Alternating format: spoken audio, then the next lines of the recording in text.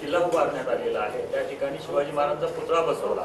जयदीप आपटे यांनी हा किल्ला बनवला, पण त्यासाठी जे त्यांचं मार्गदर्शन केलं ते रघुवीरराजे आंग्रे त्यावेळेला होते. त्यांच्या मार्गदर्शनाखाली मी पुतळा बनवला असं ते म्हणतात.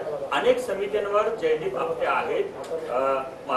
रघुवीरराज काय नाव रघुवीरराजे आंग्रे आहेत आणि आता सुद्धा जी समिती गठीत केलेली आहे त्यातून त्याचा समावेश केलेला आहे. चुकीच्या माणसांचा समावेश केला जातो असं वाटतंय. मला काही फारसं याच्यामध्ये कवी चीज कोण आहे याची माहिती नाही.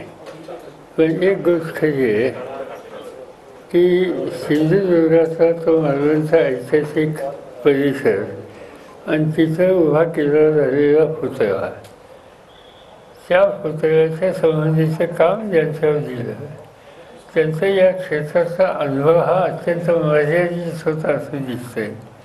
एवढं मोठं काम त्यांनी कधी केलेलं नाही असं दिसतंय.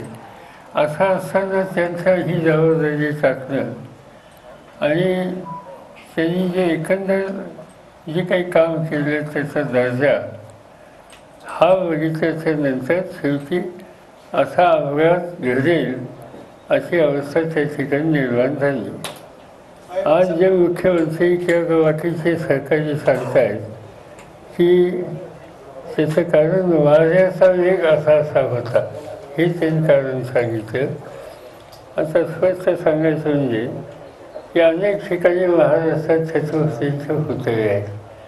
मुंबईमध्ये इंडिया गेटच्या जवळ समुद्र किनारी हा पुतळा त्या ठिकाणी आहे की जो 1958 साली उभारला. त्याला काही झालं नाही. अशी उदाहरणं अनेक दिसतील. मुंबईमध्ये शिवाजी पार्कला शिवाजी महाराजांचा पुतळा आहे.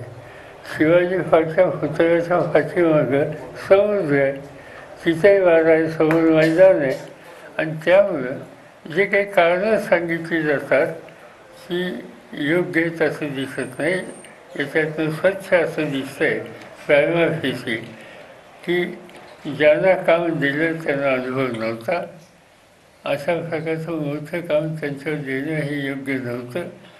आणि त्यासाठी शेवटी जे काही घडायचं ते घडलं. आणि महाराष्ट्रात नाही पण देशाच्या अनेक भागामध्ये शिवछत्रपतींच्या संबंधीचा असा असलेला सगळा घटक आज अस्वस्थ आहे, दुःखी आहे.